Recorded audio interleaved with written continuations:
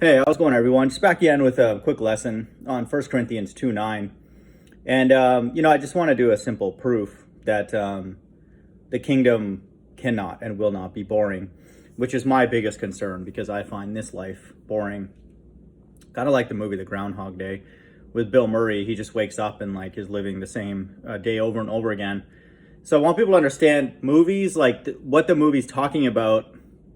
There's usually a deeper message, and I'm starting to see that now. I think we all are in everything, the news and all that. It's the way God is, but it's encoded. And so I'm about to post, some more sequence videos from First Maccabees, and there's so much encoding in the Bible, I wouldn't even be able to scratch the surface of it. But these are clues to get us to appreciate the way God is, but through his left-hand side. This is the way God's left-hand side is representing God, with God leading it, of course, according to Job 12:16. But they leave us clues as to the way God works. So in that movie, Bill Murray is literally just waking up and experiencing the same day over and over again. But I want people to know that, to me, that gives us a clue as to how God will make sure that eternity cannot be boring. And being with him, and infinite timelessness cannot be boring. And then our life and reincarnation is also another clue to how God, again, this is still speculation, but it's a quote solution that gives us a way to think about this for now. And then whatever God can do is even better than what I'm going to propose according to this verse and really every verse in the Bible. 1 Corinthians 2:9, but as it is written, eye hath not seen nor ear heard, neither have entered into the heart of man, which is our mind, the things which God hath prepared for them that love him and truly love him. You don't love a person and cherry pick what you like and don't like. Just forget about all that stuff. I don't like that first half of the Bible. I don't like these books here and there. No, I'm talking for the very few people, the very, very few people that come by my channel that are sincere and actually love God, okay? And not a God that you just made up, when you're strung out on 501c3 Christianity or Hebrew Israelite, whatever. So not that God, the actual God of this Bible that comes in the volume of the book to represent Christ, and the Heavenly Father. So for those people. But imagine a day that you get to plan, okay, and you get to do whatever you want. And, you get to decide. And so obviously with God being co-signing this, just in an earthly example, do things that are consistent with God's laws. Okay, so you're not going to be first thing I want is a pork sandwich or something like that, eggs and bacon.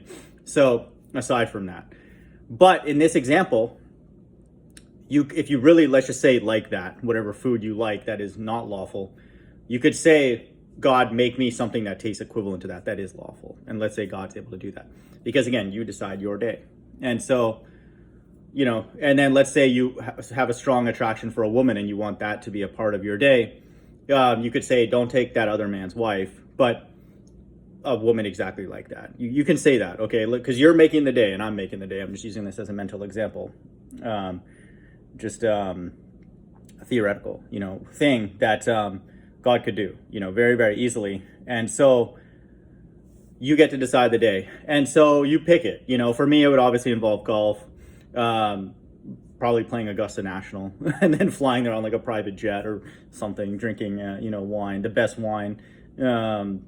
Probably not before, because I actually play serious. I don't drink really ever, but I don't drink and play golf at the same time. I don't mix those two, and I don't understand people that do, because you can't enjoy either. But because I'm actually focused on the round. But I would one of them would be Augusta National or Pebble Beach or some of the nicest golf courses in the world. And then I could also, basically teleport, because I can come up with this. Again, God is backing this day. So I would play Augusta National, but I would pick, I don't know, the best course worldwide, somewhere in New Zealand or something like that. And so, I'd play twice because I can just go wherever I want. And then, for lunch, I would pick, I don't know, the best restaurant in India or something, or whatever my favorite genre of food happened to be in that time period. I also like Middle Eastern food as well. Italian, wherever. I'll go to Italy for lunch or something, and then, I would bring, a few of the people that I have enjoyed golfing with throughout my life. And, that would be a great day, and then, I would pick, the most attractive woman that I've been drawn to, and whoever that is throughout my life. and then you know, she could join as well, that kind of thing. So like whatever it would be for you. Okay, I'm just kind of you can see how narrow my scope is, but you could literally pick every single aspect of the day. Then you fall asleep, and then during the time that you're asleep, because you don't know what's happening when you're asleep, God deletes that memory from your brain. And so you wake up, and then God's like, you don't remember what you did. So you could pick the next day to be exactly the same as the other day, or you could pick something new. Again, everything has to be consistent with God's laws. And there's no issues because God's involved. There's infinite everything available. So he can like make a person appear. This is the Bible says he can turn a rock into an Israelite. Okay. And so he can do anything. And so, and get that rock to start talking, you know, and worshiping God. So God can literally do whatever he wants. And so, just know that this is essentially a proof that God is able to do that. Again, this is a simplified, very earthly, T-Moggy version. But because 1 Corinthians 2:9 says a person can't even imagine what God has already prepared for them who are in the kingdom. So, but that's just a proof that gives me a certain amount of comfort that it's impossible for the kingdom to be boring, because then it would be I made it boring. You know, it's like if I'm not able to come up with anything that is interesting for me, then what's the point of existing at all, anywhere, whether you're here, there, or anywhere in between. So then it would be my fault. Okay, and as well, you don't even want to exist then, and then that person will just disappear. But the kingdom is for people who do definitely want to exist, who definitely want to continue to worship God and continue want to worship God with his laws, you know, and then everything is, quote, available to them at that point when they submit to that kind of structure. And so that's proof that God can do that. And so God is a mind controller. He controls everybody's minds, like it's written here, entered into the heart. It's the same thing. Their soul, whatever you want to call it, and because it's his energy. And so he has the controls over everything. Okay, but we get to experience it. Ultimately, God and what he creates. And then we can co-create things with him. And so this is the incredible aspect of the God of the Bible, that there's essentially an invitation to do that. And, you know, it's amazing to think about. So that by definition, I know for a fact it couldn't be boring because, or let's just say you've had, like even LOP describes an experience that he's had, one of my subscribers, about he's had an experience, you know, where he's experienced the divine, you know, the heaven, you know, the quote, third heavens. And I'm sure lots of people throughout human history have done that, not to trivialize his experience, but I know people who have gone through that and they're not even religious, you know, and all that kind of stuff. They've had moments of just like euphoria, okay? And so sometimes they don't even know why or how it happened. And so a person would just be like, I just want to experience that, you know, and then forget when I sleep and then wake up and then have the same thing. And then be a Groundhog Day, but of a spiritual sense, not the beast system, 666. It'll be, quote, 777. It'll be righteous. And so that's what I would expect is one of the, quote, tools. And then our life with our soul being in different bodies through our generation, what the Bible teaches. And I saw Eric Dubé did a video on reincarnation. So he's aware of that as well, that, you know, that's in the Bible, you know. And then all these other religions aren't just making up these things. Everything's coming from the Bible, okay? The God of it, because he is clearly the one who's behind all this. So it's amazing, you know. And so just the fact that we can't remember our past lives is proof that God utilizes that degree of freedom, that those variables, to prune, you know, his people. And then he doesn't want them to remember the sins that got them here, or the good things that they did to receive the judgment of their current body and their current life. But it fits us perfectly because we don't complain, you know, and because this is where we're supposed to be, you know. And then for this time, obviously, we're crying out for salvation. We ultimately want to be with our Creator, and I believe this is our final judgment because lots of people are crying out for that simultaneously, worldwide, and then that's Bible prophecy. So, you know, that's that's all proof that God can do that, you know, and it's not hard for him or anything like that. So imagine that freedom, whether you've had a day like that, or you don't even have to have a full day. Let's just say you had a moment like that where you just received some news or something very, very exciting and you just were like overwhelmed, okay? And then I sort of had an experience like this. This is a very silly example, but I remember when I was leaving one of my jobs at San Antonio with Schlumberger, I got a job at Amazon, and I thought this was my quote big break. I was like, oh, everything's gonna work out well. Like, literally nothing could go wrong for a very narrow window of my life. And again, I'm not trying. It's not a pity party, because overall my life hasn't been that hard. Mentally, it's been taxing because I've been lied to. But from an earthly vantage point, I've been fortunate. But during that like month or two or whatever, like nothing could go wrong. Like I signed for Amazon, and then I signed the offer, and it was already more money than I was making. I think my starting salary at Amazon was like $105,000.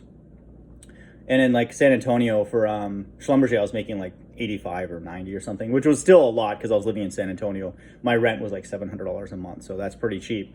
So I was living effectively like a person who made over 100,000, but like I didn't even ask for that much money. And so when I saw the number that they gave me, I'm like, this is a lot, And then just randomly they bumped up my salary, because I found out later one of my colleagues who is also, going to be working in New Jersey, he negotiated a higher pay, so they just gave me that amount too, because they didn't want us to talk and then find out, I got 5,000 more. So they randomly bumped it up, and I didn't ask for it. And then when I was moving, I was supposed to pay like an early termination fee for my lease or whatever, but like, they just found somebody to take my apartment, and so they didn't charge me those fees. And then so I just like one thing after another that I was like, I didn't even like ask for this. And then it just was like, I was very excited, because I went from a time of like hating, my job because there was so much politics and all that. This was a time where like I felt like my heartbeat literally was changing, because that's how stressed I was. I went to a cardiologist, and I wasn't sleeping and stuff like that. So again, this is not for pity. I don't care about this at all right now. People are going through scary things right now. But just for the sake of the story, like there was like a tremendous euphoria, because you went from such a very negative to like a very, very positive, and like you just felt like the world was like, at your footstool kind of thing. And so, that was tremendous joy, and then other times where you have, great success and all that. So imagine even that moment multiplied, played, looped over and over again. And then that's what God can do very, very easily. And then that's just, again, a very earthly way to think about it. And so because of 1 Corinthians 2:9, and then all the verses that talk about the kingdom, being an incredible place where even the least in the kingdom is greater than a person on earth who's been incredibly powerful throughout human history, and in the near future, John the Baptist, who's Elijah, who's one of the two witnesses. So that's an incredible thing, to think about. So me personally, I don't worry, certainly not with the way the God of the Bible describes himself in the Bible, that it can be boring, because I can make it not boring. So what can God do, when he created us and our mind and our ability to even think about these things, these earthly things? How much more can God multiply that? And he's already prepared a place for those that love him, like it says here. So I'm not worried about that. I'm just excited if the God of the Bible exists, and then I'm allowed in the kingdom. Then I don't care where I am in the kingdom, because definitely people in the kingdom are going to have some level of an experience like that, or else they would be like, no, I don't want any of this. It's the same as back in there on the earth, and it's stupid. So it's clearly going to be pleasurable, because at least in the kingdom has a tremendous amount of power. Okay, more than John the Baptist. And so, who has power over the clouds and everything. Okay, has in the past and will in the future, near future. So that's something to be excited about, genuinely. As much as my channel and really a lot of people's lives right now are looking pretty bleak, it's impossible for the kingdom to be boring, because even like me wanting to play Augusta National, God could make a better course than Augusta National. He could have found all the flaws, all the little like tree, all the roots and all that where you could potentially harm yourself. He'd get rid of all those, so you could not harm yourself, in the ground. He could remove every single pebble that's like imperfect there, and that course is manicured perfectly for that tournament, because they only allow the members, who are all obviously really rich, to play there like for 2 or 3 months of the year, because they're preparing it for that one week. And so God could just make it perfect, okay, and then we wouldn't even know. It's just like we're playing, just Augusta National. But so that's incredible to think about. Hope everyone's doing well. Bye.